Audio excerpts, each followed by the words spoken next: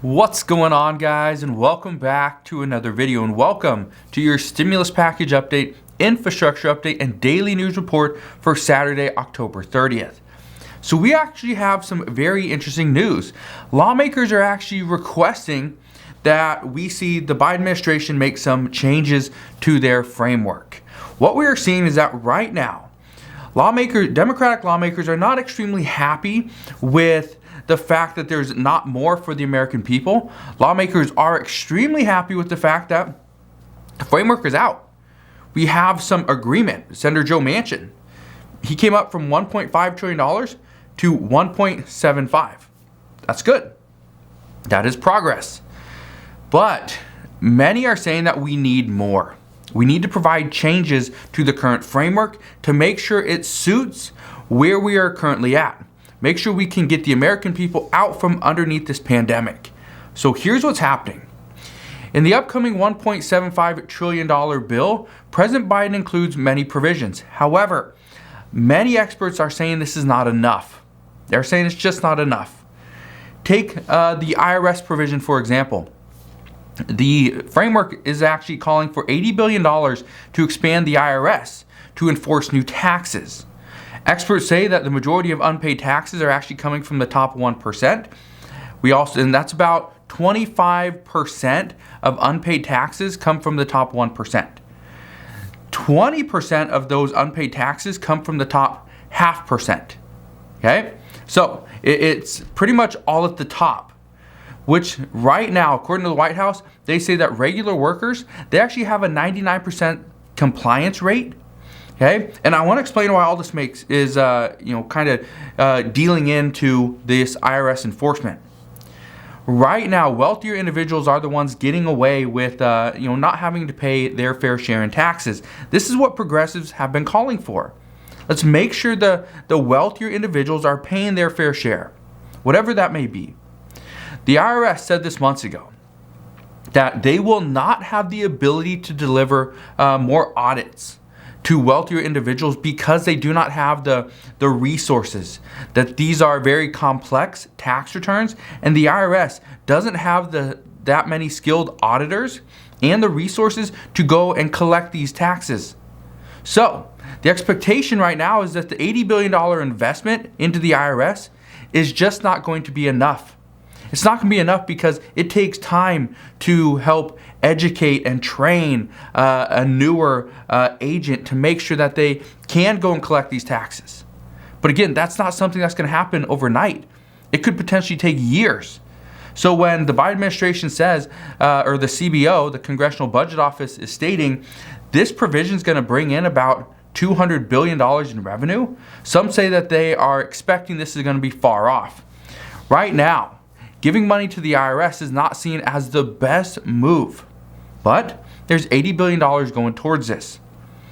Just to give you an idea, that would provide about, I think, 30 million stimulus checks to the American people, about $1,400 a piece. Okay? 30 million Americans would receive a stimulus check of $1,400 with $80 billion in funding. Okay? So again, just to give you an idea and kind of put that into context, that's where we're at. But here's another problem that economists have. Many economists are saying that right now, the funding, the $150 billion for affordable housing, is not enough either.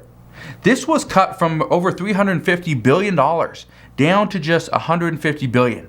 And that was actually brought up because it was cut all the way down to $100. What we know is that lawmakers are saying more is still needed, that this current framework, right now, it has $65 billion that's going, from the affordable housing provision, is going towards repairing and replacing affordable housing. We know right now that there's $15 billion that's going to go to the Housing Trust Fund and another $25 billion for rental assistance. Now, here's where things get very interesting. What we are hearing is that lawmakers are demanding more for the American people. They want to see that the American people are being taken care of. Get us out from underneath this pandemic. Put us back on our feet and let us be able to do the work, right? That's what we're hearing. Democratic lawmakers have asked for more to the American people, and so they want to make sure that we increase the amount of rental assistance. Instead of going with $25 billion, how about $50 billion? And they say this because if we can go with $50 billion and increase it, but make it easier for certain renters to get access to these funds, it would get them back on their feet. It would prevent people from being evicted. It would keep landlords, let them keep their property, because now they get the funding from the U.S. government to pay their property taxes, pay back their late mortgage payments, whatever they have. And so some are saying this would be a win-win for every side. It would be more like a win-win-win. Okay? So what we know is that right now, Democrats are trying to do whatever they can to not only solve major issues here in the United States, but some say they need to make sure they satisfy the promises they made to their constituents. And right now, many Democrats are arguing that they aren't making these promises. They aren't able to keep them because Senator Joe Manchin and Senator Kyrsten Sinema keep on cutting the bill. But here's another promise that was made. Okay? Here's another promise that was made a while back. It was made by Democrats, but it was on immigration. They tried and failed 2 times already in this human infrastructure bill to include immigration reform. It has not happened. The Senate parliamentarian Elizabeth McDonough, she has shot them down both times, but they're going for a third round. What we know is that when President Biden released his framework just last Thursday, what we know is that House Democrats were saying there was a $100 billion provision at the bottom. It was a footnote in the bill, or in the framework. Some are worried that this doesn't mean that $100 billion is going to be included when the final text is actually out. Democrats want to provide a way to actually, allow immigrants to stay here in the United States. One of the things that they're trying to do is include a 5-year provision where immigrants who came to the United States illegally before 2011 can actually stay here. They can stay. They can stay for 5 years. This 5 years would also give them a work permit for 5 years. They can go and come here into the United States, right, through that in the meantime. And then after 5 years, they could go and reapply for an additional 5 years. This doesn't make it any easier to get citizenship. This just allows people to get somewhat of a temporary status here in the United States. But right now, some are saying that is most likely not a budget issue, so will not be included into the budget reconciliation. But again, we will see. We will see if that happens. But one thing I can tell you is that Democrats are pushing for multiple ways. And Democrats, according to reports, will slow down this bill temporarily if they see that they are close to getting a deal done regarding immigration. So, as I know more there, I promise I'll fill you in on those details. Now, one Democratic aide did say that there are several lawmakers who have discussed voting no. They've discussed voting no, and this is mainly in the House of Representatives, not in the Senate. They say if there's nothing for immigration included into the human infrastructure bill, they say that immigration reform won't happen outside of a budget reconciliation. So because of that, they need to do it. They just have to figure out the language that would pretty much allow Elizabeth McDonough to say, okay, I'm satisfied with that, let's move forward. They just haven't found that yet. So, here's something else. Just from the past couple of days, lawmakers have expressed their concerns with adding more to this bill. Some say that they worry that adding anything else into this bill will actually cause Senator Joe Manchin and Senator Kyrsten Sinema to ultimately back out, and they don't want to do that. But Democrats say we need to expand health care. What we're seeing in this bill is not enough. They say we need to provide more for climate needs and this needs to happen. This is not something that we can wait. Many say this is something that we should have been doing decades ago. However, we have been very short. Paid family leave should not be off the table. This is something that has to be part of the debate because it must be included. People need this, and we do not have this here in the United States. So right now, some worry that there's too many things that have been cut from this bill to satisfy Senator Joe Manchin and Kyrsten Sinema. But now it doesn't satisfy the needs of other Democrats, mainly progressives. So again, we'll see what happens there. But here's something else. Democrats are saying we have to include Social Security. They say we need to include this. AOC, she's been pushing for this. Others have been pushing for this as well.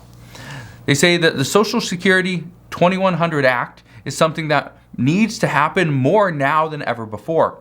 With inflation eating away at many seniors' incomes, housing going up through price increases, rents, property taxes, and insurance, and with prescription drug prices not coming down because Medicare cannot go and negotiate prices because that wasn't included into this bill, gas prices going up, and just a 5.9% cost of living adjustment, they say we need to do more and we need to do it now.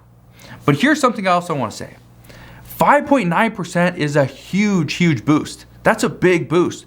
Remember, we only saw, 1.2% or 1.3% in 2020 for the cost of living adjustment. So some are saying that this is huge, but at the same time, when the cost of living adjustment goes up, being the way it is currently calculated, the problem there is some of these things that seniors pay for, especially prescription medications, right? Some of these things have gone up so much more than just 5.9%. So 5.9% is really going to be a loss for many people because of what they currently pay.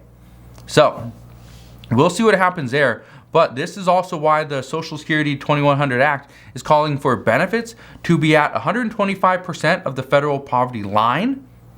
The lawmakers say that we can't keep seniors in poverty and then keep asking and questioning why seniors are struggling so much at this time.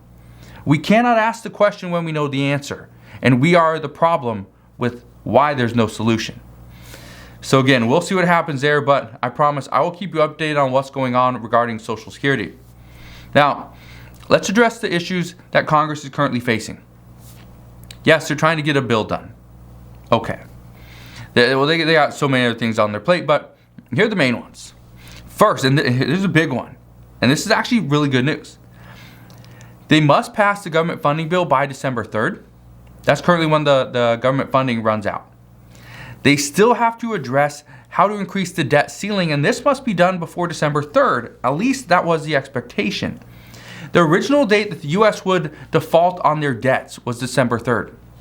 But according to recent analysis, it would be longer than that. According to reports, the $480 billion that was increased for the debt limit, the debt ceiling, right? And this was done over a month ago. What we know is that that was only supposed to provide the government with funding increase the debt ceiling, pretty much so we don't breach that, but that was going to go until December 3rd, or roughly December 3rd. Well, we actually have a kind of a timeline, a little bit of a situation here that is good for Democrats. Here's what we know. If reports are accurate, the reports over the past about 48 hours, they are saying that the debt ceiling would be breached sometime between the middle of December, which is already about a week and a half back or later than what was expected. So it will be sometime between the middle of December and the middle of February. Not January, February. So here's what people are saying. Right now, Democrats will get another budget reconciliation in 2022. So this could mean Democrats can use their current budget reconciliation for the human infrastructure bill and get that passed. Get this out of here. Then Democrats in 2022 can turn their attention towards the debt ceiling and pass the debt ceiling, do the budget reconciliation for the debt ceiling. Do that. Increase the debt ceiling. Address that issue. Not have to worry about that. But again, this won't happen for another couple of months. What I can tell you though is that this is exactly what Republicans are wanting. They want Democrats to use a budget reconciliation, not so that they do not have or they can't pass the human infrastructure bill. Because I think Republicans know if the debt ceiling were to be increased today through a budget reconciliation, Democrats are just going to pass the human infrastructure bill the first chance they get in January.